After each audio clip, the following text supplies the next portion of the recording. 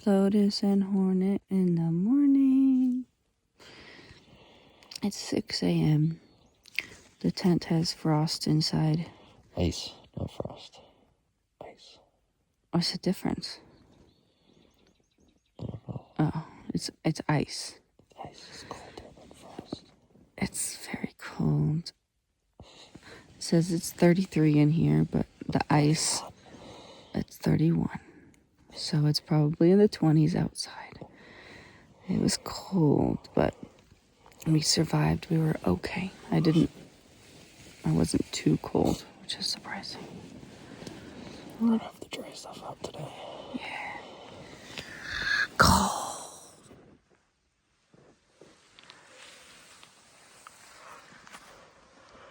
Marissa.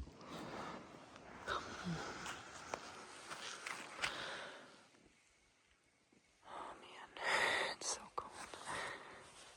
Sun's coming up.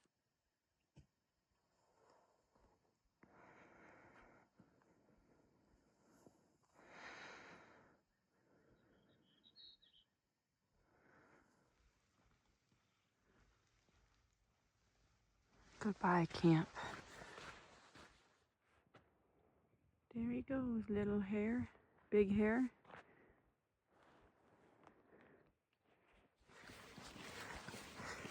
Here's some example of the road walking. A lot of road, but it's still out in the wilderness. It's still beautiful. I like it. Random dog coming up to us. Hello. Hi. Hi, sweetie. Hello. Oh, you're so sweet. You look kind of like a wolf. You're a little bit scary. Yeah. Yeah. Shepherd dog? Yeah, you're a good dog. You're a good dog. Oh, hi. Oh, hello. Oh, hi. Oh, hello. Update. The dog's still hanging with us. He must live here. Good. Sometimes people say that stray dogs will follow them, and then they follow them so far that the people have to like somehow get them back because they're so far away. Bye, good boy. It was nice to meet you. Ooh, nice house. Hi, I'm Flotus, and you're watching FloNet News. So, like we said yesterday on our 4 o'clock newscast, 2 hikers were injured in Yellowstone by Old Faithful, and now we found out that they were probably brothers. One of them, I think, 14, the other one 28, which is super sad, and they're pretty seriously injured, so we really hope they're okay. And of course that made Hornet and I talk about our bear safety concerns, and of course, like everybody else, because it is required, when we hike the portion of Yosemite, not Yosemite, Yellowstone. Damn it, I always say Yosemite. Yellowstone. When we hike that portion, we are going to have bear-proof cans, and we are also going to be carrying bear spray. And Hornet and I will be always making sure that we are hiking together within eye range of each other. So if we are accosted by any bear, we can kind of help each other out. But yeah, it's pretty sad, pretty scary, but you know, it's pretty rare. Apparently no one, I don't know if it's in the park or just in the US, but at least in the park, no one has died from a grizzly attack since 2015. So 11 years, and it's a very busy park. So really the likelihood is very low, but you can never be too sure. Got a long road ahead. You can see multiple hikers up there, at least 3 of them in front of Hornet. Pretty though. Kind of makes you feel like you're a road runner in the middle of nowhere.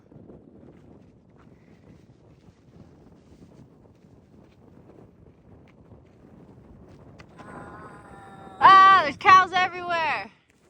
So we got Ty up here, and he's super sweet. He always picks up trash every time he sees it. And sometimes he has a lot of trash. Like, this especially along the road, there's way more trash than out on the trail. So he doesn't have a trail name, so we're trying to think of a trail name for him. Hornet says Captain Planet, which is very nice. Originally I wanted to just call him Crow because I like how crows like collect little items, but we already on this trail have Sherpa Crow and Scarecrow, so too many crows, but it would have been good. And also I said he should be called Designer Crab. You can just call him Designer for short, but still kind of long, so we're workshopping it. But he's younger, so I don't even know who Captain Planet is, so I don't think he'll know who that is. Shout out to Todd for introducing Captain Planet to Hornet. And yeah, any name suggestions? So we got Ty, Goldfish, and Yana. There's still 2 hikers way up ahead. With the dead bird? Oh, there was a dead bird. Well, Singer put a comment that said there's a dead bird. If that bothers you, you know. So. Right. So we already passed it, is what I'm hearing. Just filter it. Yeah, a prairie dog over here. Something. He's a prairie dog. Cute. It's like, oh shit, it spotted me. Or he's just a friend.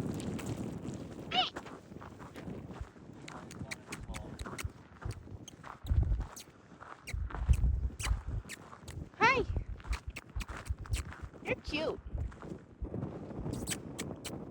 You wanna be my friend? You should be more afraid.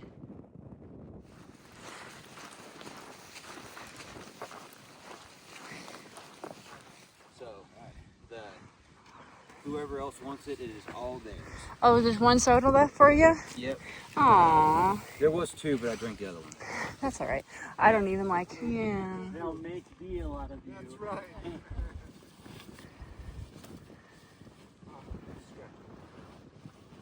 Y'all see Snowbird and all them? Yeah, they had back up this morning. But yeah, they were camped where we were camped. She's like, come on. We were pretty far back. You guys are so But like cute. that first cattle crate that you got to, after we just like went up that hill just A very big thank you to Jen for those water caches. She seems to provide a lot of water to all the hikers, so we couldn't do it without her. cherry Pepsi.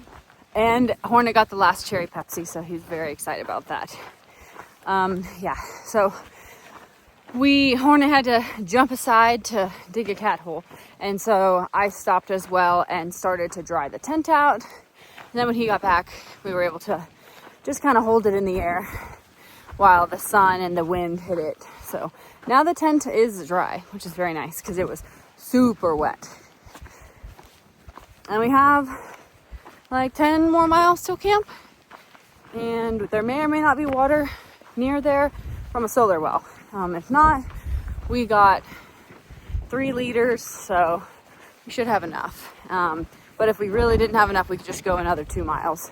And there's a windmill well. Yeah.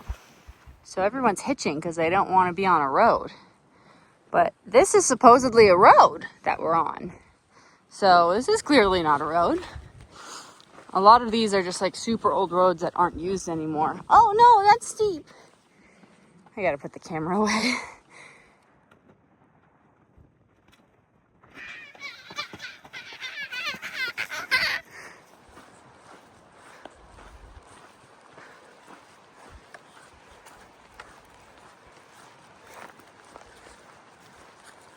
Nice tree. Nice break tree.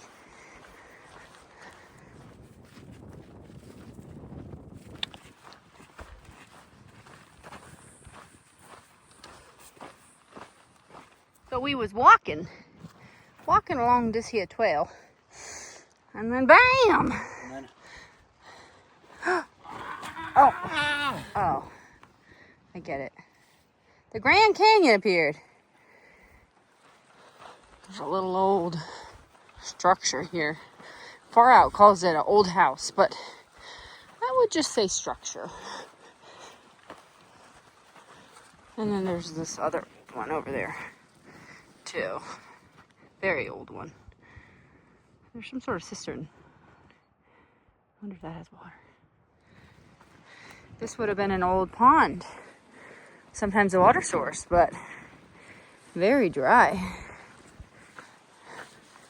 The trail seems like it's getting really eroded in this area. Okay, we're back on road. The road is back. We had about 5 miles of awesome trail, and now we're back on road. But it is very soft. So, at that water cache 8 miles ago is where Hornet and I took the brown line alternate instead of the red line, because that's where it would have gone through like a lot of lava rock and hard route finding, or a little bit of route finding, and less water. So we're not on the red line right now, but it actually was really nice. It's supposed to be a road walk, but 5 miles of it was trail, as you saw. So I think the rest is like this road, but it doesn't really look very used at all. So a lot of it's like sandy or clay, and it's not so bad to walk on. So it's pretty good. Hornet and I had a shorter day today.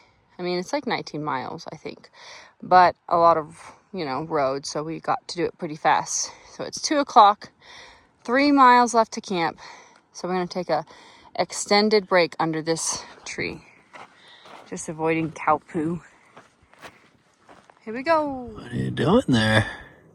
I popped my blister because it just started growing. But we think it might not be attached to this one in here. But it's like under this callus, so it was hard. I tried to jab at it for a while with my knife, but that didn't work. So I got the little clippers and just, yeah. Blisters suck. Blisters are no fun. Here is camp. It is just an open area. Ultra got another little nook in the trees. But yeah, it's pretty good. It's got this protection from the wind. Hornet found a stake that he tripped over earlier. Some random people left. And my sleeping bag was pretty wet from condensation, so I have it on sleeping bag forest tree.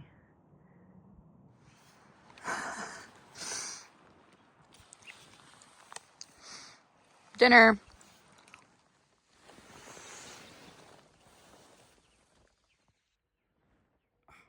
Darn.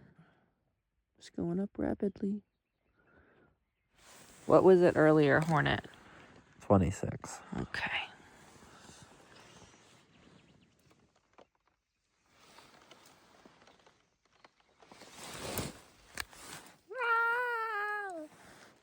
We don't want to get up. It's cold.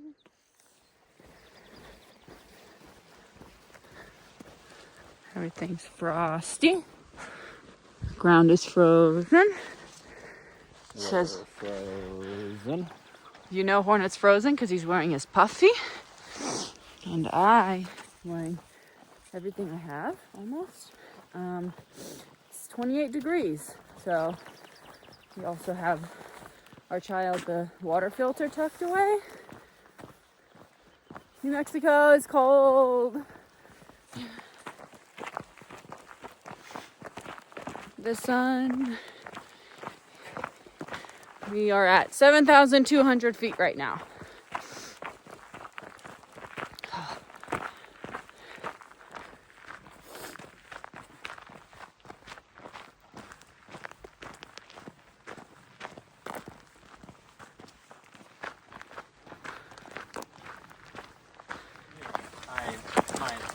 got cold, so then I had to put on my leggings. Yep.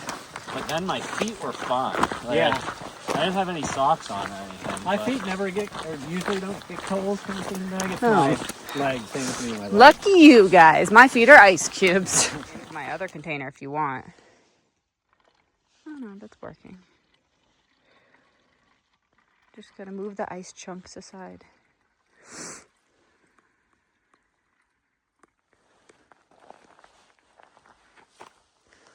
Some hikers.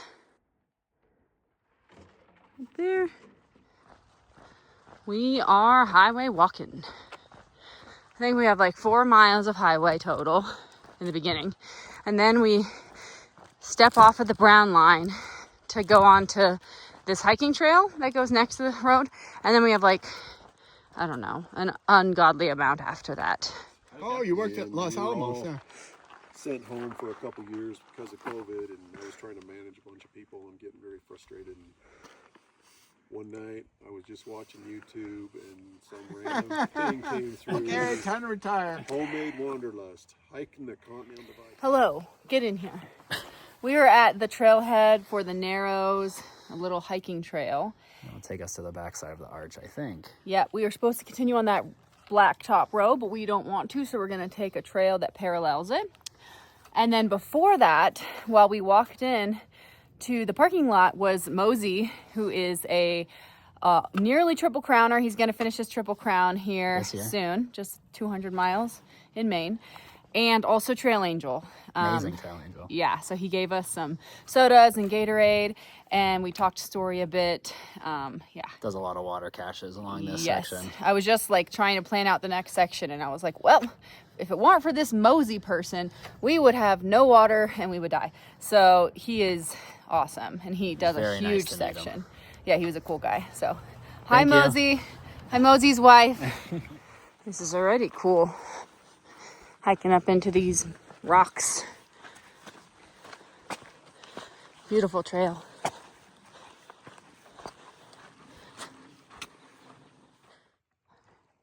So we got this red rock, but this is our first example of that lava rock that I assume the people on the red line kind of hiked through. That stuff is hard to hike through. Props to you, Zinger and Zamboni out there. Fam.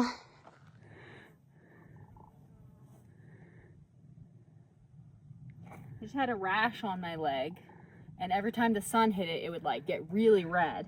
So then I put some Band-Aids on it, but of course those wouldn't stay. Then I put some Leukotape on it, but then the Leukotape wouldn't stick to the Band-Aid. So now I look like some sort of casualty, but I'm fine. It's just a small rash.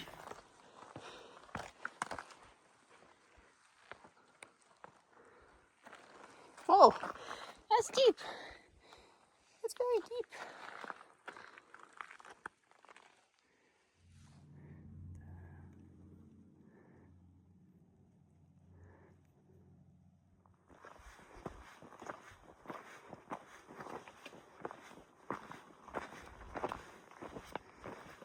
There's our mountain. That's fine. 3 days. 4 days. We were supposed to be all the way down on that highway, but we took the Narrows Trail, which has been very scenic and running along this cliff, overlooking all the lava fields. Fotis recommends. So this is where we go rogue. The trail ends right here, probably just at this lookout. And then the arch is actually right there. It's kind of hard to see. Oh yeah, you can kind of see it. But we have to get down there. We're up here. So we've been told that you just follow these cairns and they'll take you back down. And then we'll connect back to that road that we popped off of. And we'll get to walk by the arch. The trail goes down now. And by trail, I mean the path. Yeah, the path that someone made. Oops.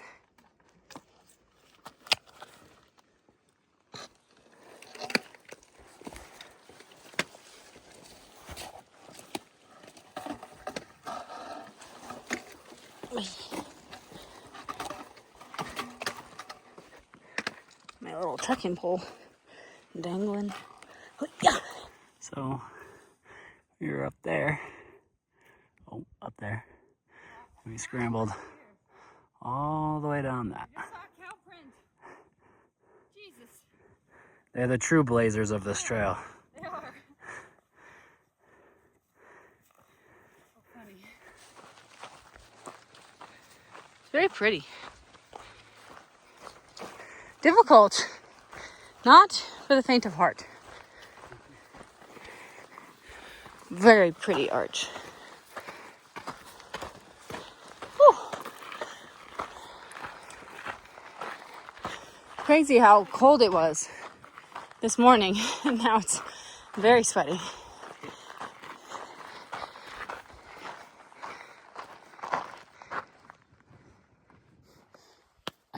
Big distance to do road walk. No, same. Oh, it's nice from this angle. What did you think of that? Oh, sorry. Action. What did you think of that trail? I thought it was incredible. The views from up on top of there of the lava fields and the arch. We were just up there. Yeah. And the trail down? Trail down was a bit of a scramble. Yeah, but it was fine. Made it. Yeah. What are you making? Pita pizzas with, actually non-pizza, better than pita, with sun-dried tomatoes, tomato paste, and pepperoni with some parmesan. Maybe a little olive oil and hot sauce. Ooh, yes. Okay. We left the visitor center. Well, I don't know if that's a visitor center. The trailhead. And now we are walking. I think 8 more miles on this until we stop for the day, and then 15 tomorrow. There's obviously not a shoulder.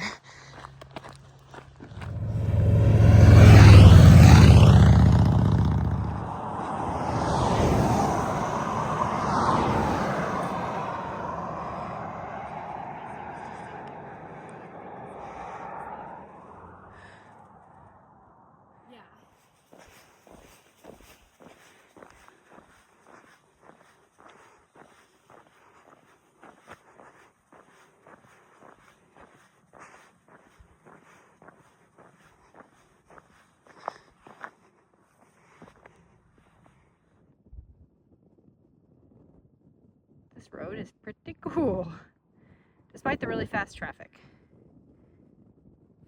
So, this is the very rare Hornet update, because Flo is better at this than me.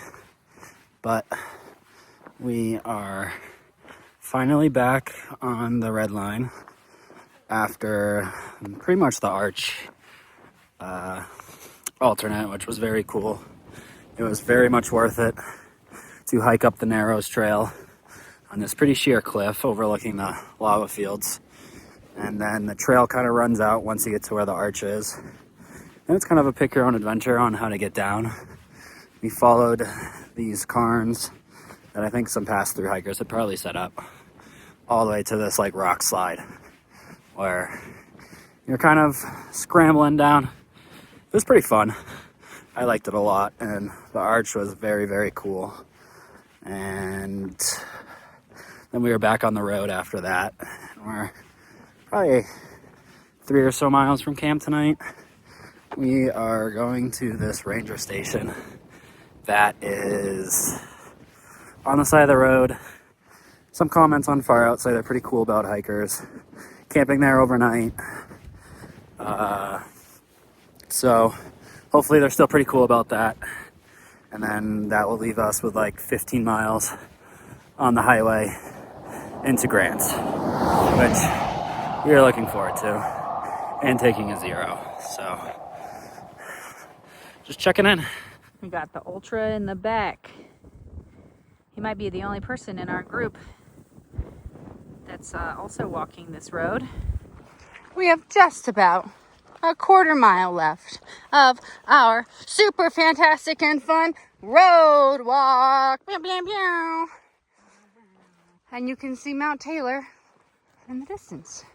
It's a mountain we're going to climb after we leave town. So a paramedic just hiked in She's through hiking. And she immediately, when seeing my leg, actually the less bad side, she was like, oh, you got the poison ivy from the Gila. And I was like, is that what it is? Because I knew there was poison ivy in the Gila, but like it was just everywhere. So it was pretty hard to avoid. And obviously it's been a while since we've been in the Gila, so I thought I got away with it. But I will show you the other leg, which looks worse. So, trigger warning if you don't like seeing rashes. Yeah, apparently sometimes poison ivy can start late, but that sucks because it might also be here. And definitely here. So I might just now be getting a poison ivy rash all over my body for the first time. Good thing we're going to town tomorrow.